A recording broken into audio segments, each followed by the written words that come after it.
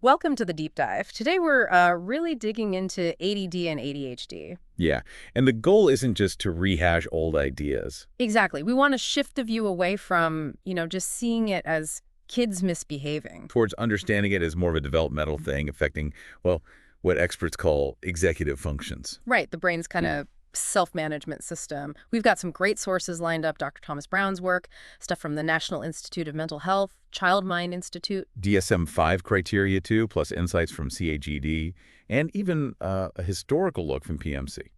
So the mission today, to really get to the core of ADHD as a cognitive self-regulation challenge. And importantly, separate the facts from, well, a lot of the myths out there. Okay, so this shift in understanding, it feels significant. Oh, absolutely. It's huge. We used to think, mostly about hyperactive kids. And that they'd just grow out of it, right? Exactly. But the research now shows it's often a lifelong cognitive condition. Affects adults, too, not just children. And it's not always about obvious behavior problems. Not at all. Many people with ADHD, their struggles are more internal. Things like focus, concentration, using that short term, or working memory. And it's pretty common in adults, actually. Yeah, the estimate is something like over 4% of adults, say 18 to 44, so quite significant. So these executive functions, that sounds like the real key here. It really is. Think of them as, like, your brain's command center. Okay, the skills for planning, organizing. Managing time, controlling impulses, all that stuff. Yep. And Dr. Brown's work suggests that in ADHD, these are the areas where people often have, persistent difficulties. Right. He breaks it down into 6 clusters. That's right, 6 main areas. The first one he talks about is activation. Activation. So just getting started. Well, yes, but it's broader than that. It's organizing the task, Yeah. figuring how long it'll take, prioritizing. And then actually starting it, the procrastination thing. Exactly, that chronic procrastination. People often say they just can't get going until it feels like an absolute emergency, a last-minute crisis. And that's not laziness. No, definitely not. It's presented as a genuine hurdle in just initiating things. It really changes how you see it, doesn't it? It does. So that's activation. What's next? Focus. And this is tricky, too. It's not just paying attention, but sustaining it. Okay. And also being able to shift your focus when you need to. Brown uses this analogy, Yeah. like trying to tune in a radio. Oh, yeah. Yeah, like the signal keeps fading in and out. You get bits, but you miss other parts. And distractions aren't just external things. No, your own thoughts can be just as distracting, pulling you away. Mm. Even something like reading can be tough. You see the words, but then you have to reread to actually get the meaning. I can see how that would make things difficult. Okay, so activation focus. What's the third one? Action. This is about monitoring and regulating what you actually do. So impulsivity fits here. Definitely. Blurting things out, acting before thinking, jumping to conclusions maybe. Okay. And interestingly, it can also mean difficulty picking up on social cues. Like noticing if someone's confused or annoyed. Exactly. And then maybe not adjusting your behavior based on that feedback. Plus, issues regulating the pace of actions, knowing when to speed up or slow down. The social side of that seems really important. It can be, yeah. Misunderstandings happen easily if you're missing those cues or acting impulsively. It's not intentional, but it's a result of those EF challenges. Makes sense. What's number 4? Memory. Specifically, working memory. Okay, so that's like holding information in your head while you use it. Precisely. Remembering a phone number someone just told you or following directions with multiple steps, it's that mental juggling space. Got it. And if that's not working well? Even simple, everyday things get harder. Remembering a shopping list, following instructions. Yeah. Okay. Number 5. Emotion.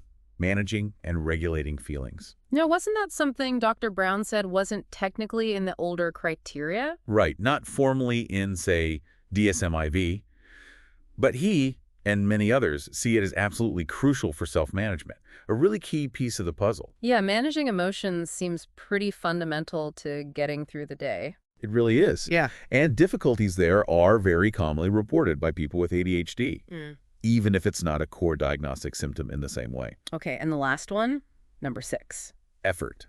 This is about sustaining effort, sticking with tasks, seeing them through. Even if you were interested at the start. Yes. Maintaining that focus and persistence over the long haul can be a real struggle. It connects back, to the activation and focus challenges. Right. Starting is hard, staying focused is hard, and then pushing through to the end takes that sustained effort that's also difficult. Exactly. It's all interconnected. So with all these potential challenges, how does the diagnosis actually work? You mentioned presentations or subtype. Yeah, the NIH and DSM-5 talk about three main presentations. First is inattentive. So primarily the focus and maybe working memory issues. Right. Difficulty with attention is the main thing. Then there's hyperactive impulsive. Okay. That's the more classic idea, maybe. Being overly active, acting without thinking. Correct. And the third is combined presentation. Which is symptoms of both. Exactly. Significant symptoms of both inattention and hyperactivity impulsivity. And you mentioned ADD earlier. Yeah, is that different? Well, ADD is really the older term. It's been replaced by ADHD now. But you sometimes hear people use ADD informally, usually when they mean the inattentive presentation. Ah, okay. So ADHD is the umbrella term now. And what are the actual criteria for diagnosis? Well, according to DSM-5, the symptoms need to stick around at least 6 months. Okay. And they have to show up in more than one place, like at home and school or home and work. So it's not just specific to one environment. Right. And crucially, they have to be causing real problems negatively impacting social life, school, or work. And the number of symptoms required. It varies slightly with age. Under 17, you need at least 6 symptoms from the list. For 17 and older, it's at least 5. And the symptoms have to start in childhood. Yes, that's generally the rule. NIMH mentions symptoms starting before age 12. Dr. Brown notes that DSM-IV used to say before age 7, but there wasn't strong evidence for that specific cutoff. And research by Ferrone and others suggests maybe we need to be a bit flexible on that age, especially as demands increase later in life. That makes sense. Which probably leads into some of the myths, right? Because if symptoms show up later. Exactly. Let's tackle some of those. The Child Mind Institute and CHADD have good lists. Okay, first one. Kids with ADHD just can't focus on anything for long. Yeah, you hear that a lot. But it's not quite right. They have trouble directing their focus, especially to things that aren't, immediately interesting or rewarding. But they can focus on things they like. Oh, absolutely. Intensely even. It's called hyperfocus. They can get completely absorbed in something that grabs their interest. So it's more about regulating attention than a total lack of it? Precisely. Which sometimes confuses people. They think, see, they can focus when they want to.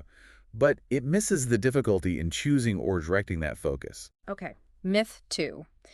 If a child isn't bouncing off the walls hyperactive, they can't have ADHD. Another big one, and definitely not true. We just talked about the inattentive presentation. Right, where hyperactivity isn't the main issue. Exactly. And this presentation is actually seen more often in girls. Which might mean it gets missed more often in girls. That's a real concern, yes.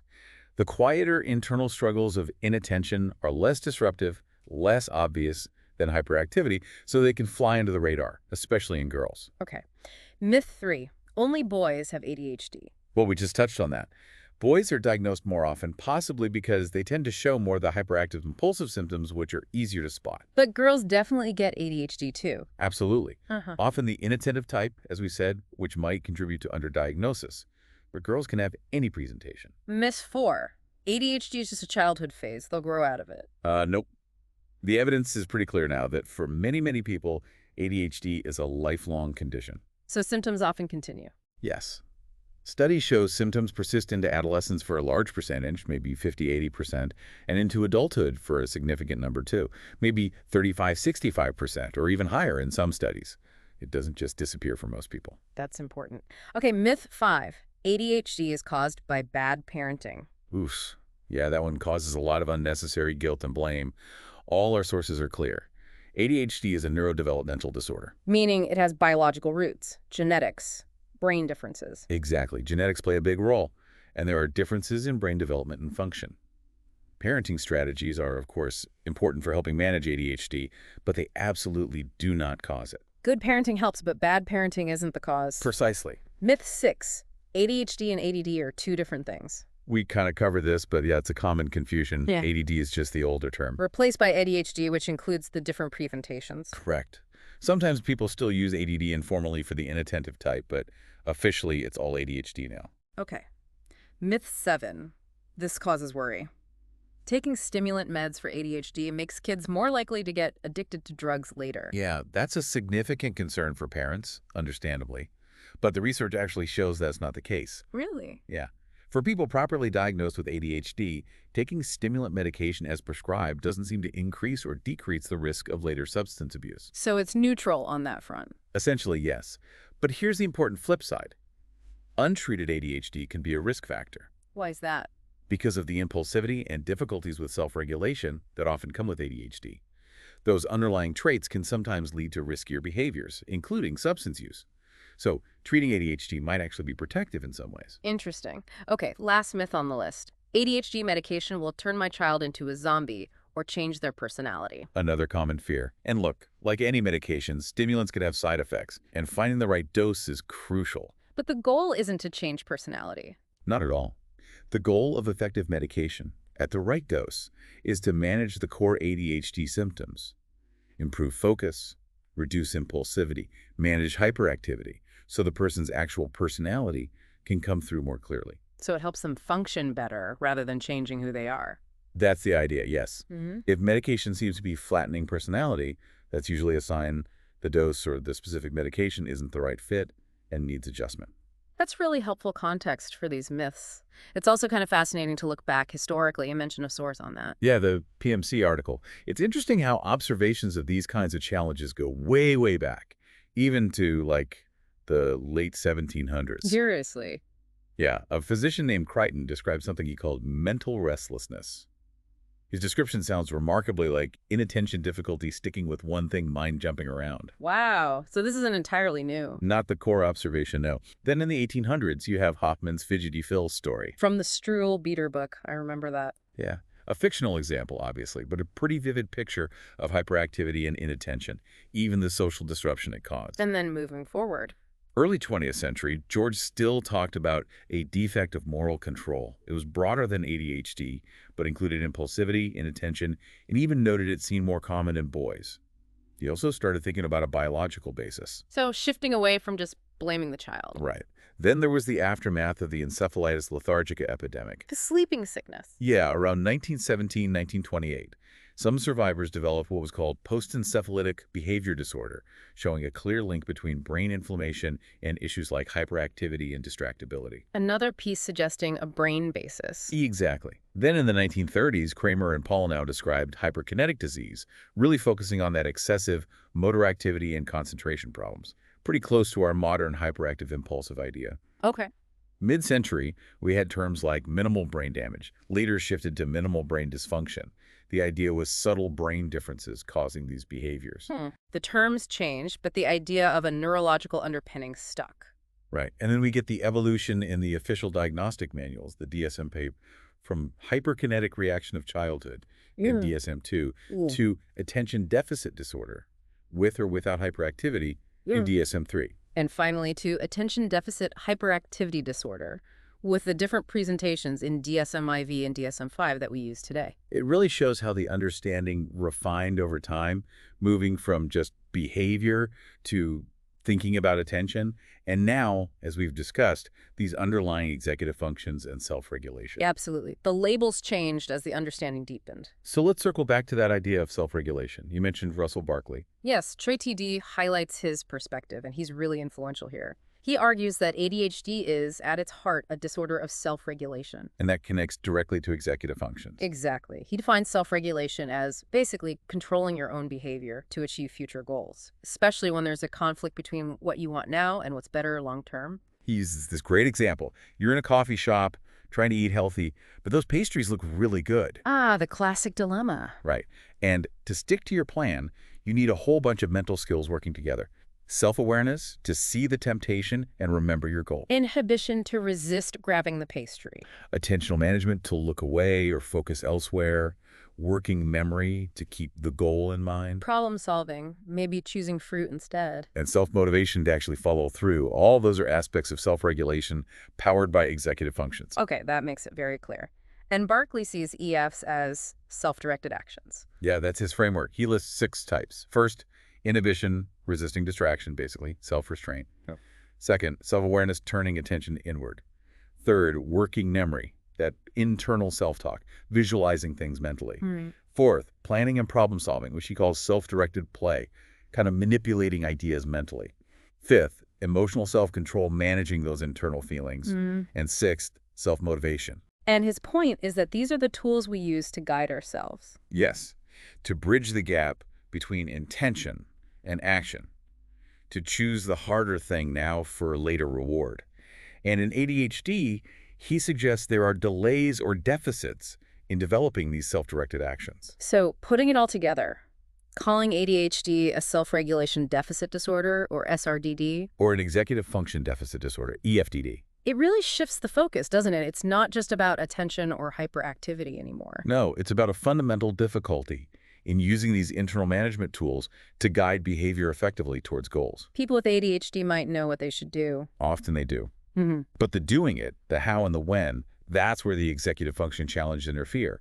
It impacts their self-control, self-awareness, self-talk, emotional regulation, motivation, planning, the whole system. It's not willful defiance. It's a difference in how those self-management skills develop. Exactly. That's the crucial reframing. So let's try to bring it all together from this deep dive. We've seen ADHD evolve in our understanding from just childhood behavior. To a cognitive self-regulation issue, deeply tied to these executive functions. It affects attention, yes, but also impulse control, effort, emotion. And it often lasts into adulthood. It's not something most people just outgrow. And we busted quite a few myths along the way. Definitely.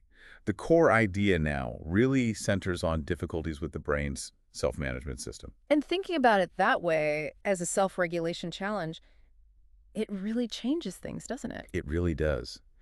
It shifts how you might think about support, about interventions. It's not just about managing behavior on the surface. It's about finding ways to help build or compensate for those underlying executive function skills. Right, across the whole lifespan. And it makes you wonder, even for people without diagnosed ADHD, thinking about these executive functions, the challenges we all have sometimes with procrastination or focus or managing emotions.